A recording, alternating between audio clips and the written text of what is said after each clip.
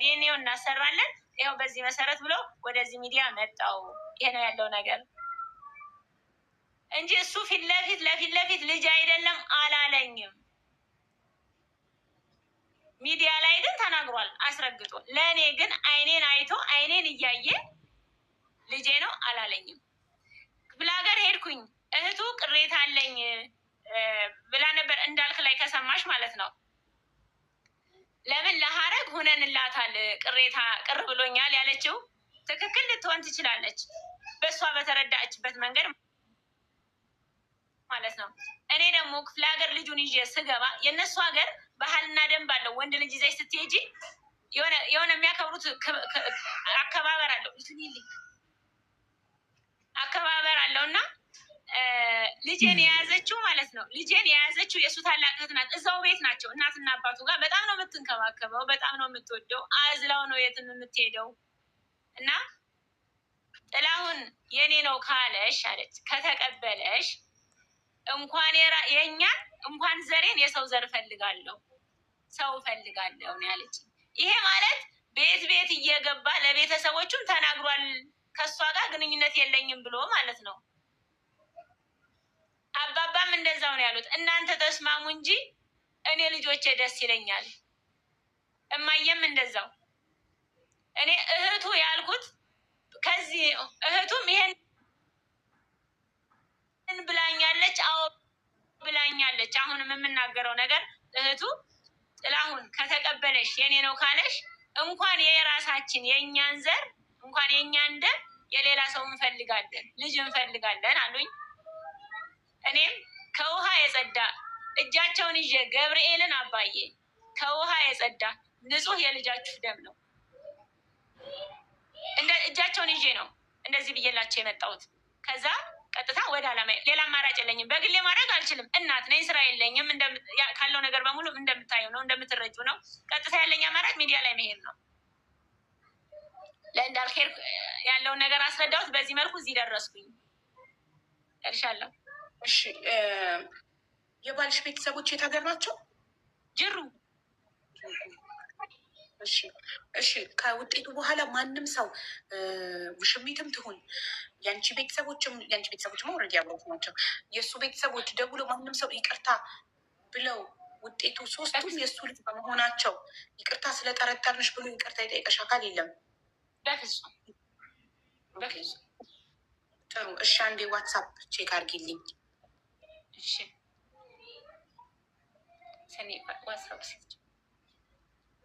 ዋትሳፕ ቼክ አድርጊልኝ። ኦኬ። ሚውት አድርገሽ ስሚ ማሬ። ሚውት አይደለሽም። ሚውት አድርጊና ዋትሳፑን ከፍተሽ ስሚውና መልሽ።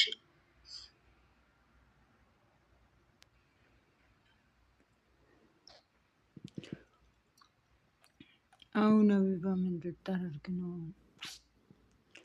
ችግር ነው ወላ።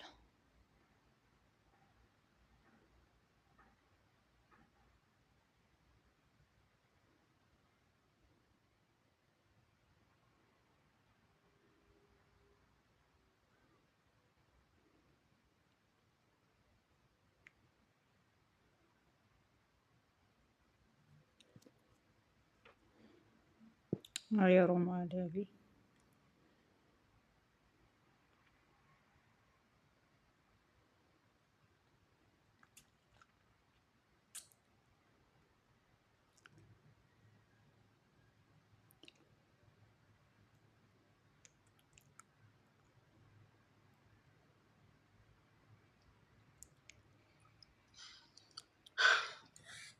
ሳቡ ስለ ቤቱ ጠይቀት እና እንዳልክ አስመለሱልኝ ያለችው መሬት እኮ ነው ውዶች፣ ቤት እኮ አይደለም። ይኸውላችሁ ኩዌት ሰርታ የገዛችው መሬት አላት። መሬቱ ካርታ አለው፣ የጭቃ ቤት አለው ላዩ ላይ። አሁን ፈርሷል የጭቃ ቤቱ ብላለች። ስለዚህ ባዶ ንጹህ መሬት ነው። እሱንም ባንክ አስይዛ ብር ተበድራበታለች። ኦኬ። ስለ ሀረግ ያልገባችሁ ካላችሁ በጣም አጭርና ቀላል ነው ላስረዳችሁ። ሀረግ ወይ መለሰሽልኛል ዋትሳፕ ላይ አሁን። እሺ፣ እነ እንዳልክ ያስመለሱልሽ ቤት ከቤተሰቦችሽ ነው? ከማን ያስመለሰልሽ? ከቤተሰቦቼ ነው። ይሄ ከኩዌት የመጣሽ መሬቱን ነው? አሁን ለባንክ ያስያዝሽው መሬቱን ነው ያስመለሱልሽ ወይስ ሌላ ቤት አለሽ? ራሱ ነው። ይኸውልሽ መጀመሪያ ይሄ ያው ያለፈ ታሪክ ነው፣ ከቤተሰብ ጋር ያለ ነገር ነው። መሬቱን ገዝቼው ቤት አለው ማለት ያው ጭቃ ቤት ማለት ነው። 2 ክፍል ቤት ነበረው። ለወንድሜ ውክልና ሰጥቼው ሄድኩኝ። በዛ አለመግባባት ተፈጠረና ወደ ክስ ሄድን። ከቤተሰብ ጋር ነበረ። ያው እንዳልካግዞኝ ቤቱ መሬቱ ወደ እኔ ተመለሰ። ያ ነው ማለት መሬቱ ይሄ ለባንክ ያስያዝሽው መሬት ሌላ የላትም። አንድና አንድ መሬት ነው ያላት። ኩዌት ስንት ዓመት ነው የሰራሽው? 6 ዓመት ኩዌት ሰርታ የገዛችው መሬት ነው። ስንት ካሬ ነው መሬቱ? 200። ኦኬ። አሁን ባንክ ይዞታል አይደል? ልዳሽ ስንት ነው የባንክ ዳሽ? የባንክ ዳ የተበደርኩት 500 ሺህ ብር ነው። 430 ሺህ ብር ነው።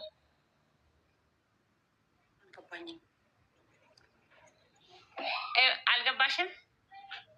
500 ሺህ ግማሽ ሚሊዮን ብር ተበደርሽ ከባንክ 200 ካሬ ሜትር መሬትሽን አስይዘሽ ከዛ ተመልሻለሽ አይደለ? 18 ሺህ ብር በወር 18 ሺህ ከሳንቲሞች እያደረኩ መለስኩኝ እና ይኸውልሽ ዲጂታል 2013 ነበረ ካርታው የተሰራልኝ ማለት ነው።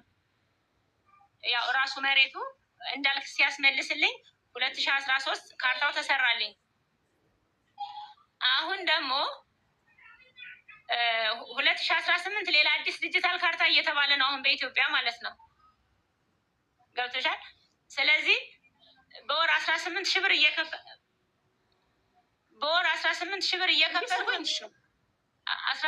እየከፈልኩኝ 430 ሺህ ብር ቀረብኝ እዳው ማለት ነው። አሁን ታናሽ እህቴ በእዳ ተይዟል ያልሽ ነው። እዳው አለብኝ ግን እንትኑን አወጣው ካርታውን ከዛ ከባንክ ማለት ነው። እህቴ ያለች ታናሽ እህቴ ዱባይ 4 ዓመት ቤሩት ደግሞ 3 ዓመት ሰርታ ነበረ። እኔ ኩዌት እያለው ነው ወደ ቤሩት የወሰድኳት ማለት ነው የዛሬ 8 ዓመት። አሁን እሷ ሰርታ ወደዚህ ስትመጣ አሁን 2018ቱ ካርታ ዲጂታላይዝድ ሲደረግ ኮኦርዲኔት ምናምን ተብሎ 37 ሺህ ብር ጠየቁኝ። የግብር የምናምን ተባለና አዲስ ካርታ ነው የሚሰራልሽ በአሁኑ እንደ ሸገር ሲቲ ተብሎ ማለት ነው። ስለዚህ ከባንክ ካርታው ያስፈልጋል። የተያዘው ካርታ እዳውንም ካልከፈልኩኝ ባንክ አጫርቶ ይሸጠዋል። እንትኑም ደግሞ ሰርተው ይጠሩሻል ካርታውን ማለት ነው። መተው ለክተው አይደለም የሄዱት። መተው መስከረም ላይ ለክተው ሄዱ።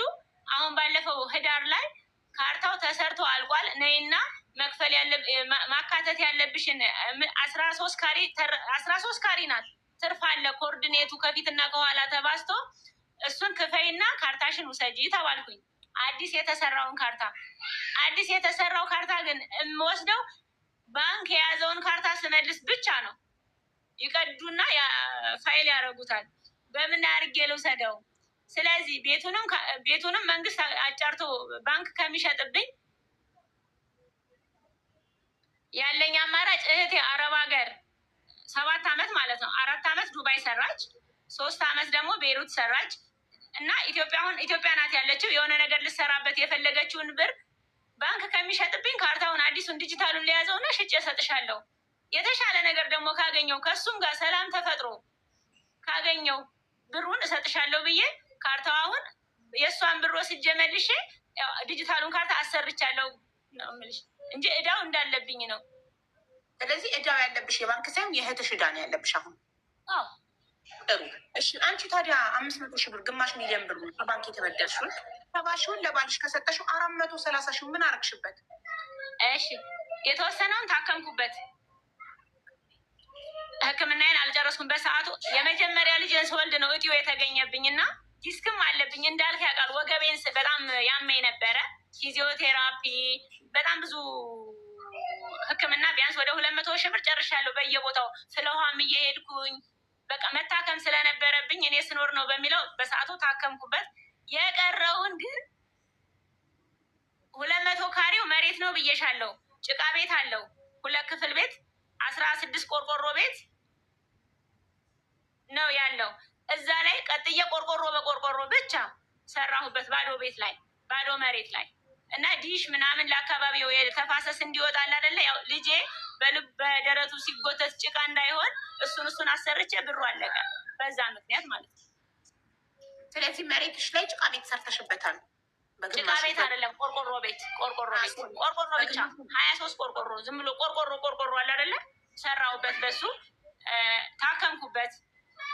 በሰዓቱ በጣም ዲስክ ያለብኝ በነገራችን ላይ እና ዲስክም ስለነበረብኝ ፊዚዮቴራፒ ምናምን እያደረኩኝ ታከምኩበት በሰዓቱ እና እንደዛ ነው። ከባንክ የተበደርሽውን ግማሽ ሚሊዮን ብር 70 ሺህ ብሩን ለባልሽ ሰጠሽው። 430 ሺህ ብሩን ግማሹን ታከምሽበት፣ ግማሹን መሬትሽ ላይ የቆርቆሮ ቤት ሰራሽበት። ትክክል?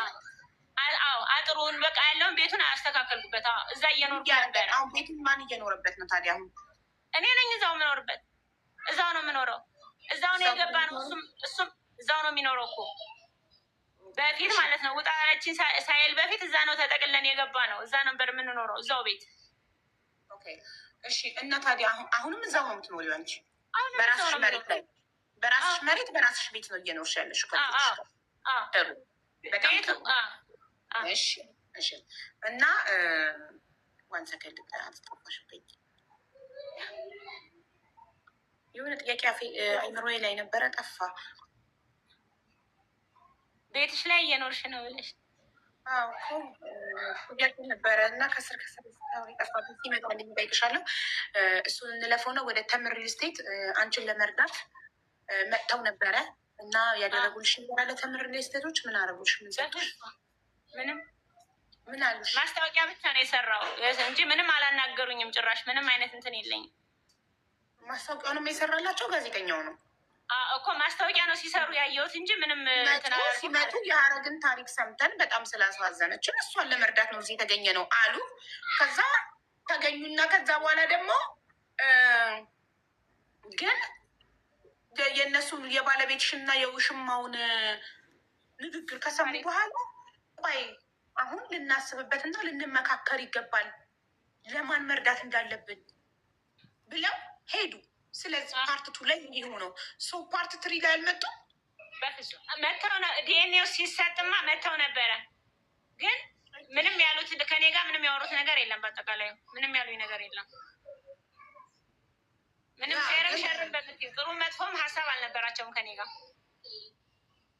በኋላ ለእኛ ተገልብጠው አይተናል። ከመጡ በኋላ ሜቢ ተምር ሪል ስቴት የሙስሊም ስለሆነ እሷ ሙስሊም ስለሆነች ወደ እሷ ተገልብጠው ሊሆን ስለሚችል፣ ይሄ ግን ትክክል ስላልሆነ ለመርዳት የመጣችሁት አካል ሀረግን ነው ለመርዳት የመጣችሁት። ከመጣችሁ በኋላ የውሽሚት ዘይነብ እና የባለቤቷን ጥላውንን ንግግር ስትሰሙ ከነሱ ንግግር በኋላ ከዚህ በኋላ ማሰብ ይጠበቅብናል። ሄደን ከማኔጅመንት ጋር ምናምን መመካከር አለብን። ከዛ በኋላ እናሳውቃለን ማንን መርዳት እንዳሰብን ብላችሁ ነው ያላችሁት። ሰውን ለመርዳት የሀረግን ታሪክ ሰምታችሁ አዝናችሁላት መታችሁ ነበረ።